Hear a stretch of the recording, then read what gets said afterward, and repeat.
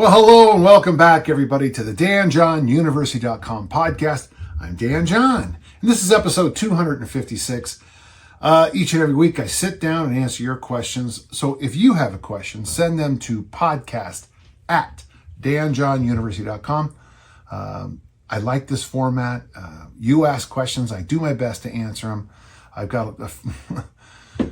I'm coming up on 60 years of weightlifting in my life, which is it kind of boggles my mind to say that number out loud. And I've been doing this for a long time, and I have some experience, and I've got some background and some training, and here we go.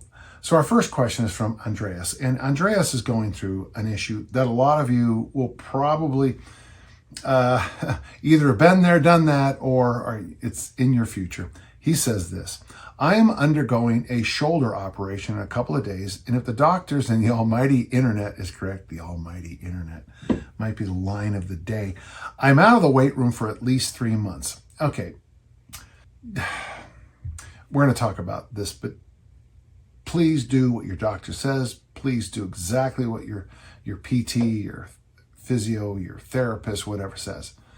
But you can also do things to rally up.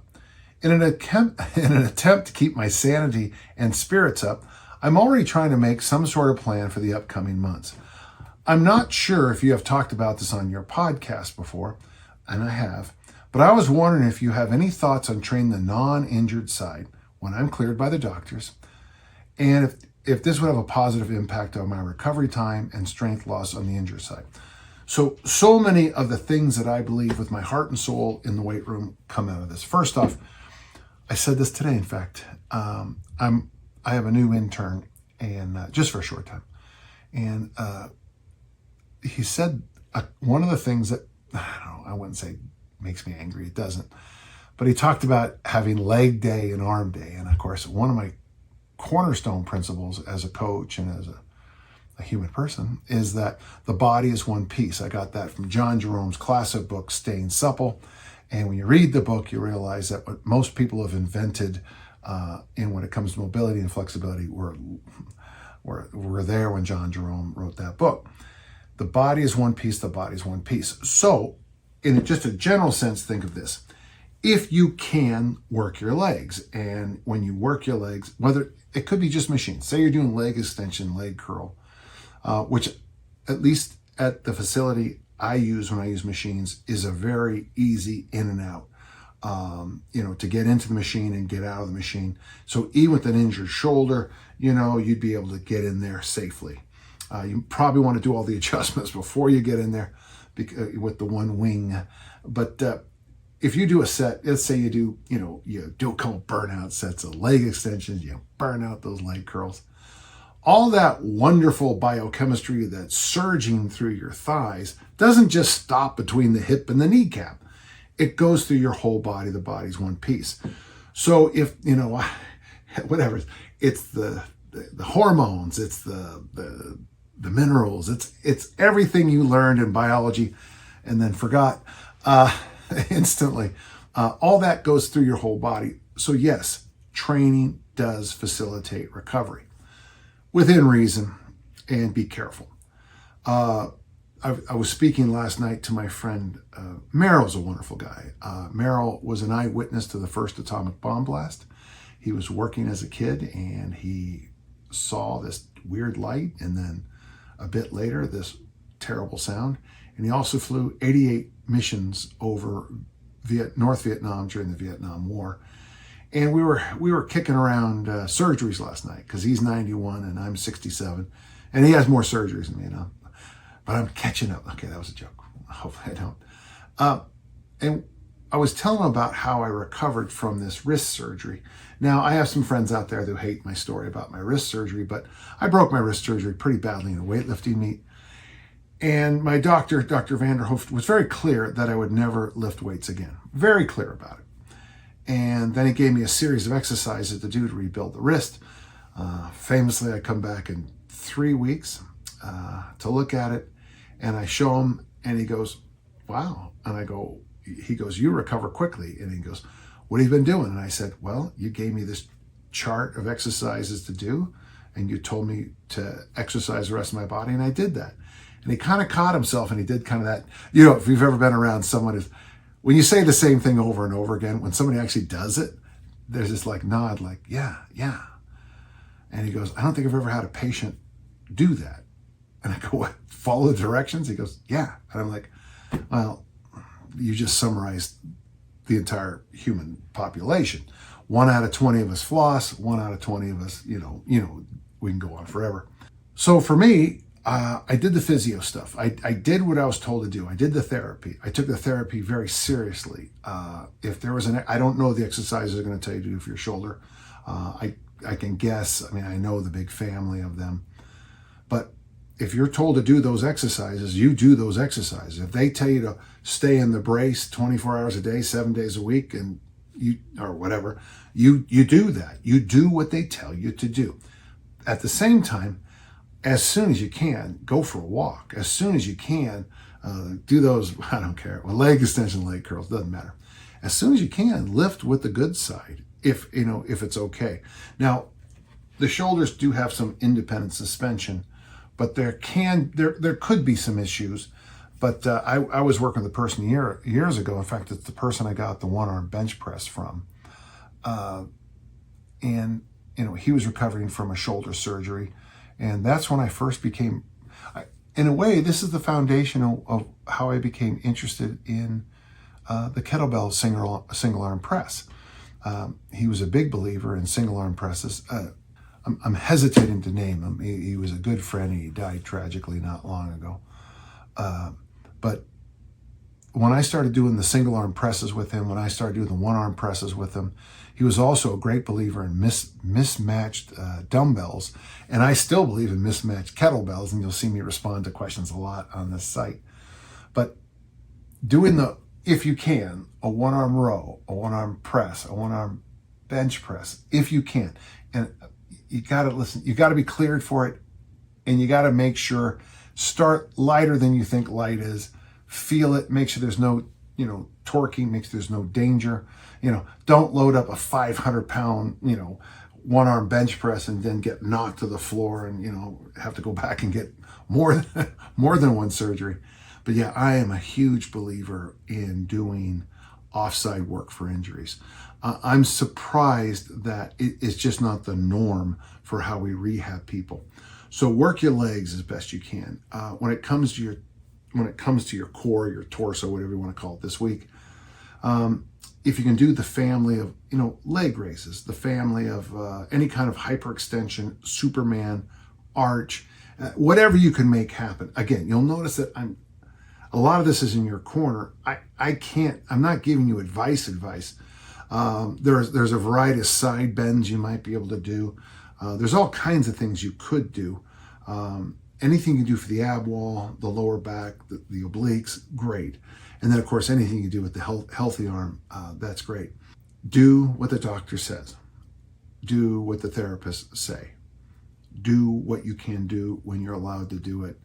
And I can almost guarantee when you come back, you'll be a little surprised first about how little you lost. Now, this can be long term. Again, you said 3 months. And, I like to always double that. 6 months after I had a total hip replacement, I was the only person to flip the caber at the Highland Games. Yes, I'm bragging. But my point, and I have one, how many people do you know who've had total hip replacements can flip cabers? The doctor told me basically, I would be able to get going fairly seriously. The nice thing about the modern surgeries is that the downtime is, between my first surgery and my second surgery, the downtime was half, maybe more.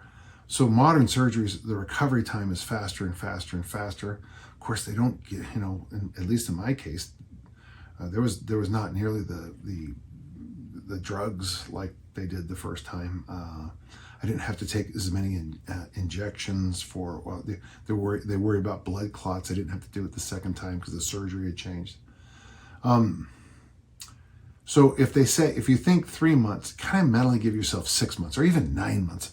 Okay. And that's nice because that'll allow you to ramp things up mentally. It's going to be all the leads on this, if you don't mind, Andreas, just this final little part. When you get something like a shoulder surgery or a big surgery, there are some emotional hits. There are some social hits. You probably shouldn't play in a pickup game of any kind for a while. There's it's hard when you have to ask for help for things that you can do. I had to travel after a surgery one time, and I couldn't do certain things, and it was really hard on my frail ego. So give yourself a lot of time. Work hard.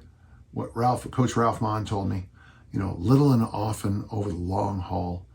Stick with it, keep going, and I think you'll be very happy with what you have long term. As I was discussing the question with Ozzy, he mentioned that a lot of people in the inner circle use this same question. A lot of people come into the inner circle with these issues of, what am I, I've got these injuries, I got these things. And so very often in community, if you get a chance to talk to other people going through surgeries, you'll get a lot of good information by talking to other people who've had similar surgeries. So if anybody who's listening who's had a shoulder surgery, can give Andreas any advice down there in the comments, I appreciate it. And I hope Andreas will too. Thank you. To me, I know the internet isn't always the best community in the world, the understate of my life, but this is nice. We have a lot of really quality people who respond in our comments at the bottom. So if you have any insights, help out a friend, okay? Thank you, Andreas, and I really hope things go just really smooth. Thank you. Our next question is from Dave, which is a great name. I have a question about the armor building formula, hypertrophy, ABC, and progression. I'll be 60 within the week, a young man, and I am taking your advice to focus on hypertrophy. I lift 3 days per week. Workout A is barbell squats. Sorry, he uses a lot of abbreviations. I'm sorry. Workout A is barbell squats, dumbbell incline bench press, and weighted pull-ups. Okay, that's a fairly good traditional bodybuilding program. I like that. Workout B is your ABC with 2 double 24 kettlebells every minute on the minute for 30 minutes, which is very good. I expected the presses to be the toughest. And for some, yes, and for others, no. It's a real mixed bag there, isn't it? But it's the squats that are tough, not really the quads, but the anaconda strength required to do kettlebell front squats. Regardless, I can do 30 sets and could do more. Dave is throwing the gauntlet down to the rest of us. How should I progress? To emphasize hypertrophy, I would think I should move to 2 times 28 kettlebells, although I'm not sure I can press that. If I shorten the rest period, I feel like I'll be doing more conditioning. I usually include 1 to 2 conditioning workouts in my weekly schedule, so I feel like I have conditioning covered. Should I move up in weight and do a push press? You have a lot of options that are all very interesting. You say here you're following the armor building formula, but all you're doing is the ABC workout.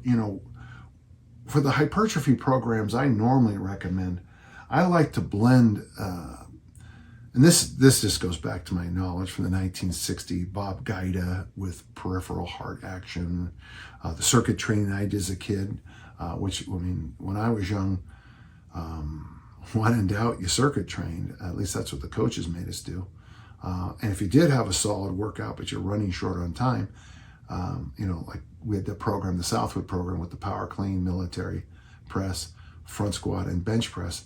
If times were short because of a different schedule, we just did them as complexes, which was tough. There's a couple things you say here that I like. First off, if you do go up to the 2x28 and do add a little leg to it, I think that's okay.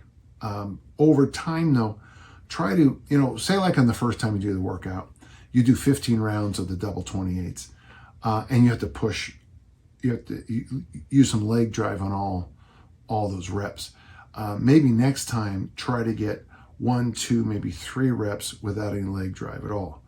And then over time, slowly grow the number of pure presses, military presses, standard presses you do versus the push jerk, or even just lighten up on the amount of leg you use.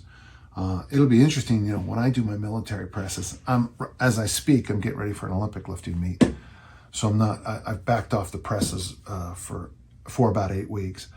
But when I'm pressing hard and heavy, I'll get those reps where I'll bring the barbell down. And there's a little bit of, leg work in there. But try to slowly expand the number of quality strict presses you do. You also mentioned, cutting down the rest period. For hypertrophy, there is a value to density. Now, density is, same amount of work, less time, more work, same time, okay? There is some value in density work for hypertrophy. There's no question about that. But with you doing the workouts with the squats, the incline press, the weighted pull-ups, you probably are just, and you say you also have these 2 conditioning workouts a week, you're probably already threading the needle a little bit. You're getting a little tight on the amount of conditioning workouts you're doing. I'm a big fan of hypertrophy past age 55, but you might really need to sit back and think this through a little bit and kind of reconsider, Dave, what you're chasing here a little bit. I like what I see here in your normal program, and I'm worrying that you might be overthinking how to progress from here. Basically, progression is this. Progression is either, increasing load, which you discussed, adding the going up to the 28s. It's increasing sets and reps. Instead of doing 30 rounds of the ABC, you could go to 45, though I honestly think you get diminishing returns after 30 rounds. And of course, then there's complexity of the exercise selection. You might even want to move to, I'm just afraid, Dave, helping you here, I'm going to have 10,000 questions from what I'm about to say. But you could go on the ABC to 2 cleans, and then instead of a double press, you could do like a seesaw press, or even 2 seesaw presses, and then the 3 front squats. These are just some ideas. One other thing that just kind of jumped out to me, your anaconda strength, that for those who don't know what I talk about, anaconda strength is that whole body tension that you have when you're doing a lift. If you're struggling with the ABC with double 24s, you're gonna struggle with your anaconda strength even more at those 28s. So we're gonna have to figure out a way for you to be a lot more comfortable with those double 24s. One thought I had is that you should really read the book and try that program. At least try the 2-week break-in program where you do the presses and the ABC. Basically, it's 6 workouts where you do both. But just get a sense of maybe doing 10 to 15 rounds versus 30, focusing on staying tight in the double kettlebell front squat. Good question. I hope it helped. Thank you. Got a question from John. What a lovely name. My question for you today, sorry, I watch Parks and Rec, and it reminds me of this guy named Perd. Yes. The question I have to you today is about the timing of training and meals as an amateur athlete. I've clicked around the internet, but was hoping for your input as well.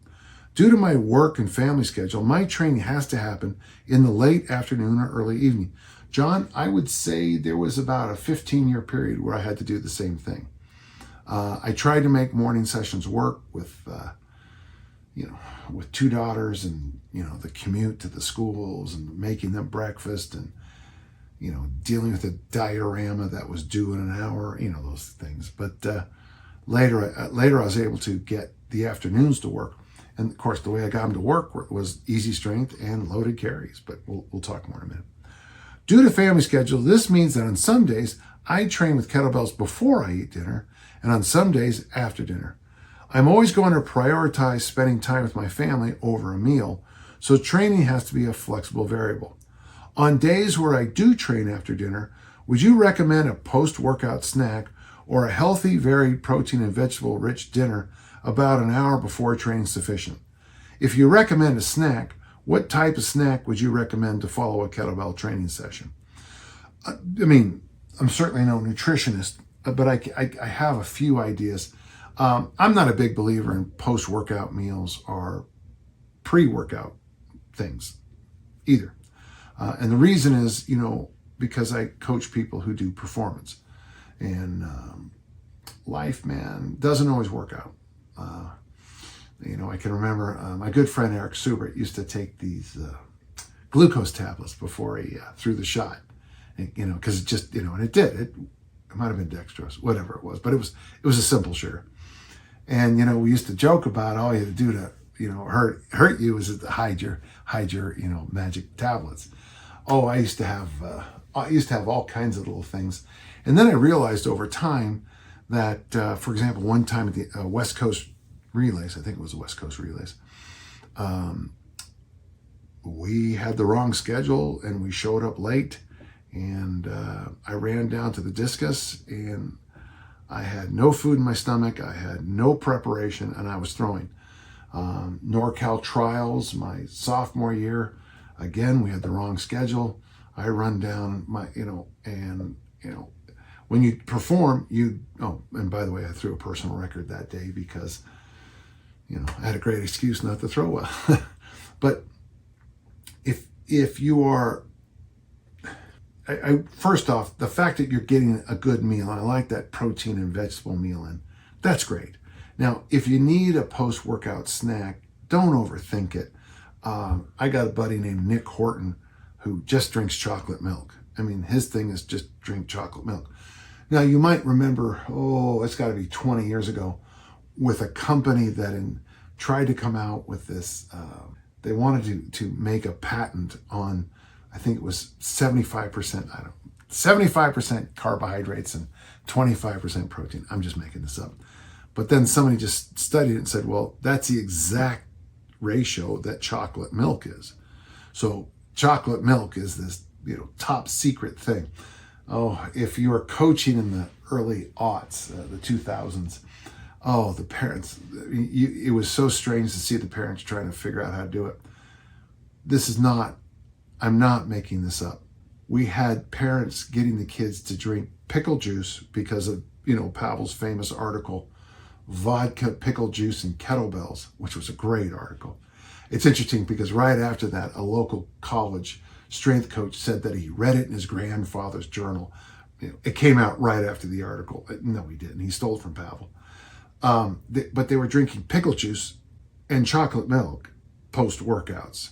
I mean, it's a wonder we didn't have a cascade of vomit during those training sessions.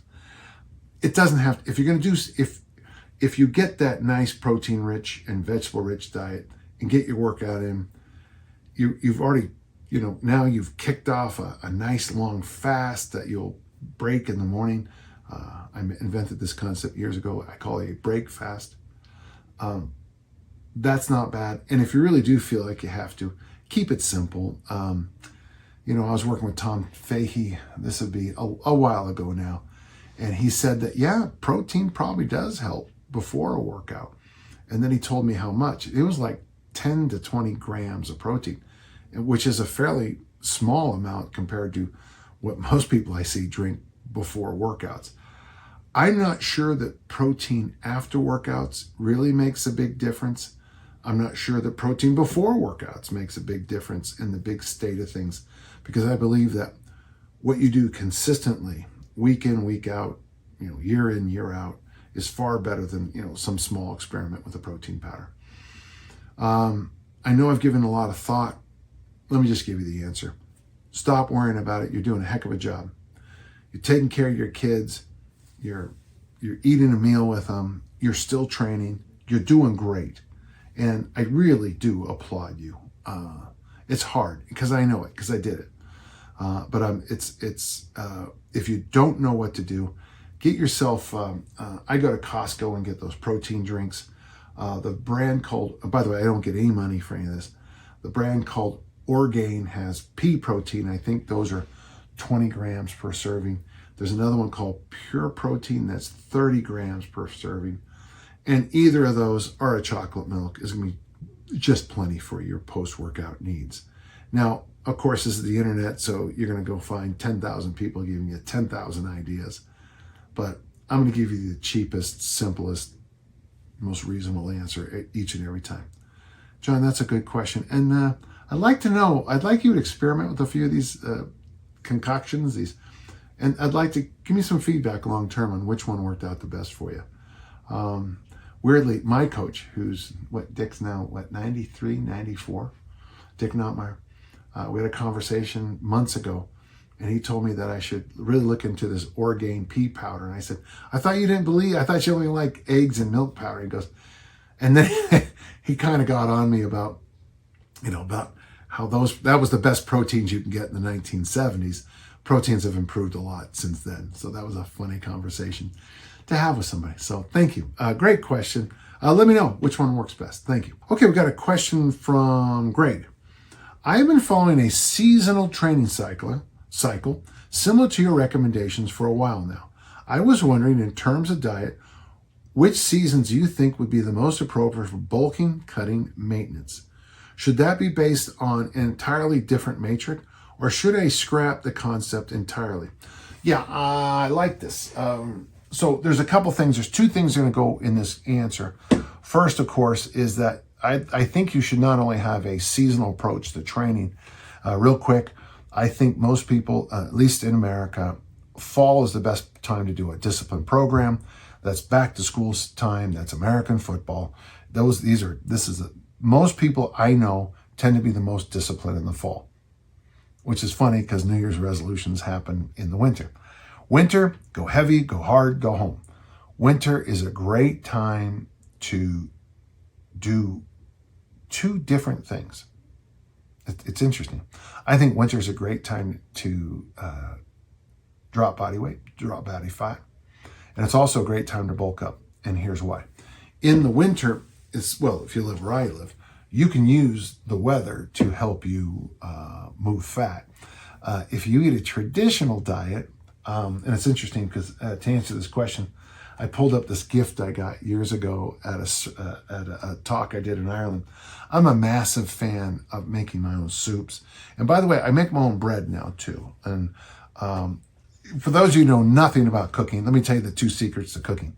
Get a crock pot for soup, get a bread maker. I make these. So when I make bread, I always make multiple bags of the dry ingredients. So I got the dry ingredients, and when it's time to make bread, that's when you add the water and the butter, and then you put the dry ingredients in, and then in the dry ingredients you go like this, and that's when you put the yeast in. And then you press the button, and 3 hours later you have delicious bread with almost no salt and almost no sugar, and it's great. Soup's the same way. I love soup. I gave away my favorite soup book to somebody, but he's a Catholic brother who lived in New York and who also did a lot of work in theater. And I believe he was missing an arm. And the book is marvelous. So yeah, I'm a big fan of soups in the winter. Why would I talk about soup with cutting? It is hard, I think, to get fat on soup. When I make my own soup, for example, my chicken noodle soup doesn't have any noodles. If you have a good stock and you throw in, honestly, just about any protein you can think of, and then you just chop up vegetables and then, go like this once, the magic happens while you go to work for the day. Soup is an amazingly simple food, and it's marvelous. Like a lot of good foods, and it seems to me to get better every day. So the winter, I think, is a good time to cut because you have nature making you cold, which, sets up the metabolism higher. And if you do eat homemade things like soups and breads, it's weird to say bread because I don't know if I've ever recommended bread as in a cutting cycle. This might be a first. But winter is a good time to cut. And it's also a great time to bulk for almost the same reasons. In the winter, most of us kind of You know, we lock down, we watch more shows. You know, in some places there's not a lot of light. You're not outside a lot. And so for me, I think this can be also a good time to go heavy, go hard, go home. You naturally soften up. It's one thing I like about Dr. Bob Arnott's longevity book and his diet book. These would both be from the 90s. He talks about, hey, I put on weight every winter, but then I burn off when spring comes around, because when spring comes around, he commutes on his bike. Spring is another time. Now, in spring, things change. The tradition in Lent, when the days lengthen, that's where the word Lent comes from. We tend to have a thing called Carnival, which is the Feast of Meat. And then the tradition is for 40 days, you back off on your meat consumption in the tradition. That's to allow the mammals to reproduce and do their thing. But if you focus on the first fruits of spring, which is interesting to say, and and you empty out your whole refrigerator or whatever, your freezer, whatever, you know, spring can be a very good time to change gears. Now think about the sports we have in winter. We have basketball, wrestling, those are the indoor sports. And then spring comes around and it's baseball and it's track and field. I think summer is the best time to cut for most people most of the time. And the reason is because most people go outside. It's not as true as it was. When I was young, I would wake up in the morning, I would eat a bowl of Cheerios and a piece of Wonder Bread toast with margarine. And then my mom would say, go outside and play. I would come back in 5 hours later, hungry. We would drink out of the hose, you know, that was our hydration. I'd come in hungry. Mom would make me 2 pieces of Wonder Bread with salami sandwich with 3 slices, an apple and a cookie, send me back out. And you know what? If you play 10, 12, 14 hours a day on that nutrition, you're going to get cut. You're going to get leaned out.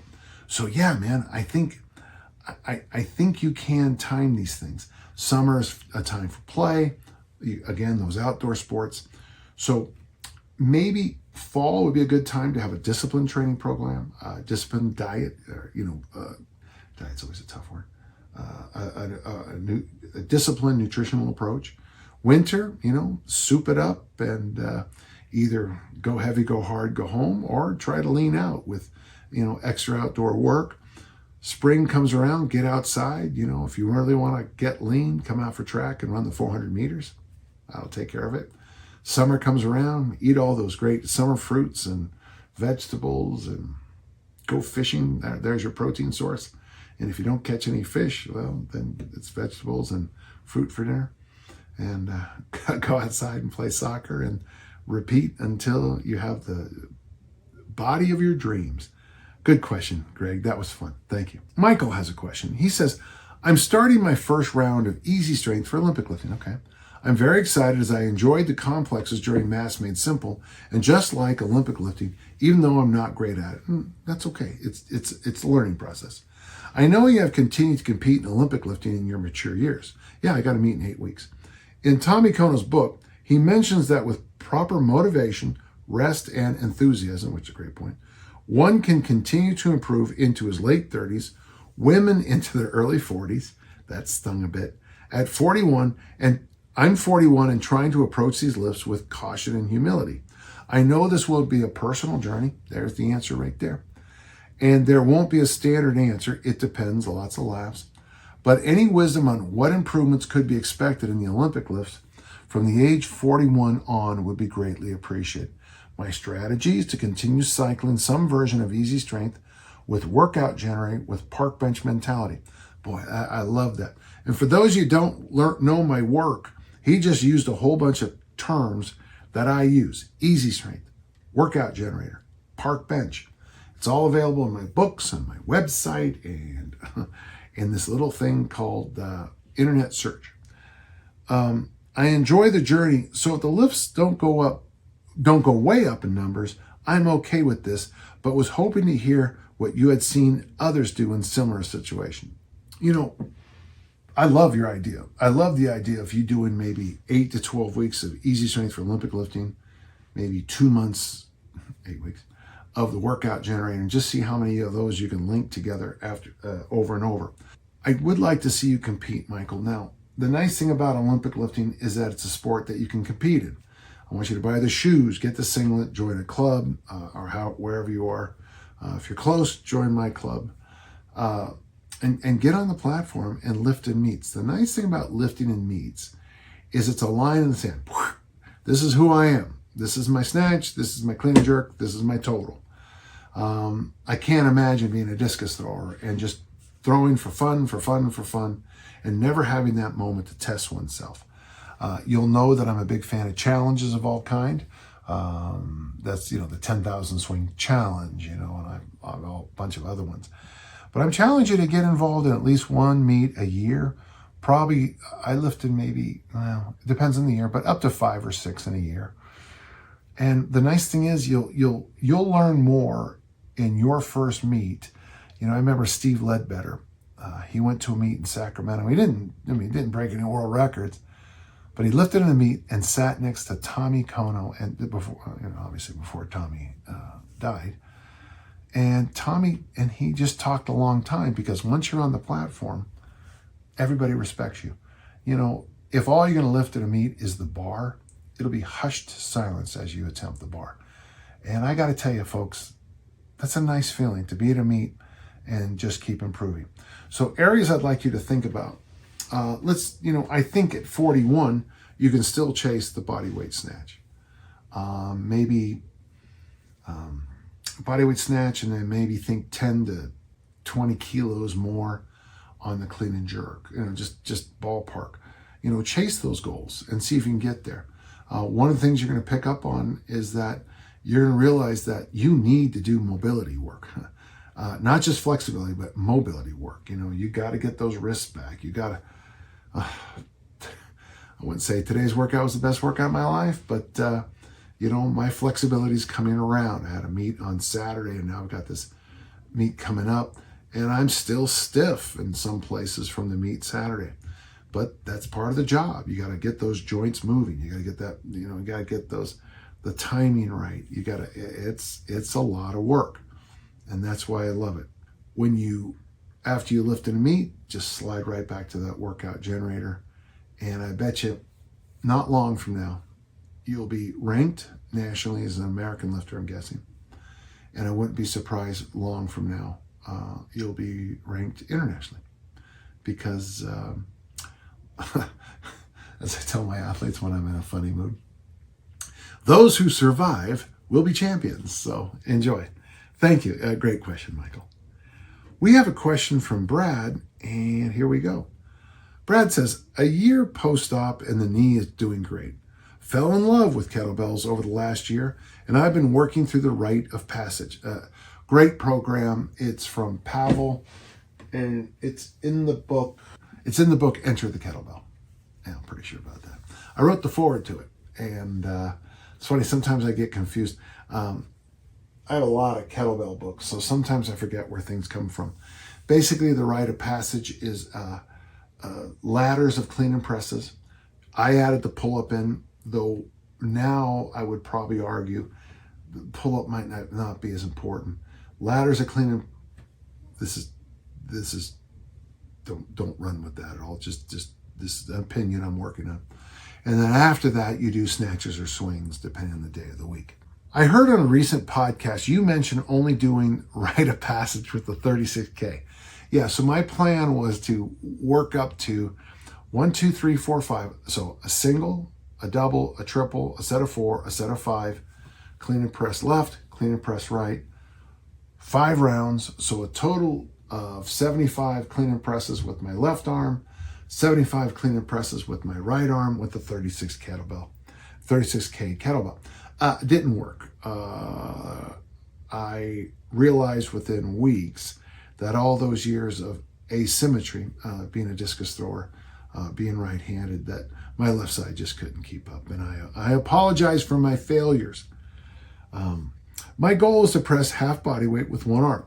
Excellent goal. And since I weigh 245 pounds, I've been acquiring larger bells. I completed the 5 rungs of 5 ladders, obviously you read the book, with the 40, and have started back with the 3 rungs of 3 ladders with the 48, but feeling that I'm not recovering fast enough to make progress. Brad, I don't know how you're going to do it. The 48, at 245, you're basically at half body weight already. And you got to buy one of those weird bells. I personally wouldn't waste my money, but it's not my money, it's your money. The fact that you're doing the rite of passage with 48, I honestly don't know anybody. Now, online, of course, there's probably thousands, but in real life, I haven't doing the rite of passage with 48. That's rare air. Brad, I'd like to, if you can send me a video, if you don't mind, I'd love to see even the 1, 2, 3s with the 48. That's impressive. I'm pretty sure in my peak I could have done it with my right arm, but I always got stuck at 2 with my left arm. Again, massive asymmetries. I can press the beast for 13 with my right arm and twice with my left. I'm not proud of it. It's just the reality of things. With the goal of ultimate strict pressing, the 56K, any advice on programming I could use to nudge that overhead strength up? Continuing to do lighter squats and physical therapy work on the variety days, so I'm doubtful it's too much recovery. He's doubtful that's hurting his recovery. The mistake I think you're making, Brad, is you're using a program that's a great prep for the RKC cert to prepare yourself for a big single hand press. I've said this here many times. I like the original idea for the RKC2 standards. Personally, I struggle teaching the RKC2, the second one, because there are 14 tests I have to administer to each and every person who shows up. And the original standard was 2 things. For you and me, we pressed the beast once, not so bad. And the other one was snatch the 24 200 times in 10 minutes.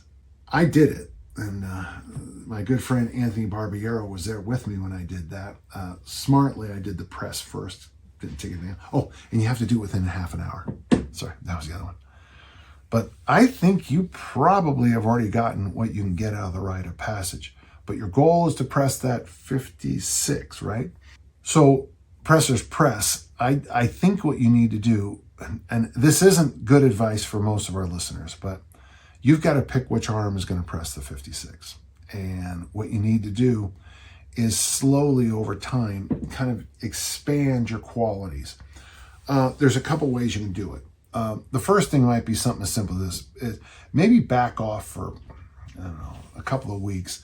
Use the 32 and get yourself to figure out what is a comfortable number of reps you can do. So you're going to have to up the volume of sets and probably keep the reps in line. This is something Mike Brown had me do, where we take a relatively lightweight, and if you see my journal over at danjohnuniversity.com, some of the numbers are embarrassing to me, actually. But, you take the 32 and you do 10 sets of 2 with it. Next workout, because that was so easy, you do 10 sets of 3 with it. And since the weight's light enough, maybe you go both sides, okay? But you're gonna have to make some adjustments on that. You build to 4 to 5, maybe get to 6. But when you put the 10th set of 6 down, in your mind, you know you could have done more. Now, from there, slide up to the 36 and drop all the way back to doubles. After all that work with the 32, sets of 6, 10 sets of 6 or 7, whatever you get up to, whatever is comfortable, doubles with the 36 and they feel pretty easy. Again, gently nudge your way up. I would suggest probably only pressing twice a week like this. So it's set of 2 on a Monday, a set of 3 on a Friday. Next week, kind of say, okay, I think I can do 4s, or do something Mike has me do sometimes. I do 10 sets, but the sets go 3-4, 3-4, 3-4, 3-4, 3-4, all the way up to 10 sets. And just gently nudge your way up. Once you get the 36s into that range, say 6, 7 reps, 5, 6, 7 reps, reconsider. I don't know if you have a 40 or 48. Nudge yourself up with that 48 with the same plan. Once you get with the 48, let's say you get to 3, 4, 5s that are pretty comfortable.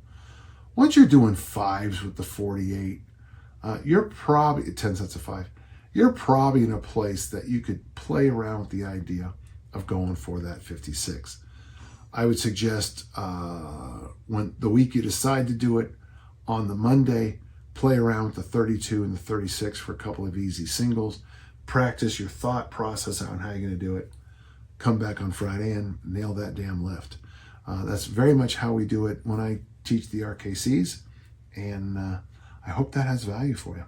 Well, hey, folks, that's it for this week. As always, if you have questions, send them to podcast@danjohnuniversity.com. I love answering these questions. I'm here to help. And until next time, let's all keep on lifting and learning. Thank you very much.